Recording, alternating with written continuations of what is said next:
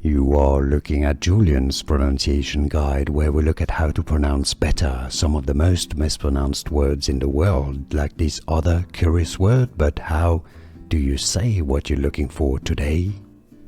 Let's learn the pronunciation of this word in English. Both British and American English pronunciations are similar here, so make sure you pay attention. Interesting. Intra.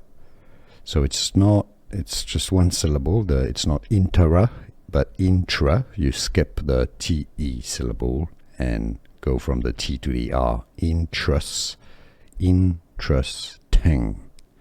The stress is certainly on the first syllable, so it's not interesting or interesting. Interesting. Make sure you stress on that first in syllable. English pronunciation. Interesting. Here are more videos on how to pronounce more confusing words and names too many mispronounced. Like this video if you found it useful. I appreciate your support. I'll see you soon and thanks for watching.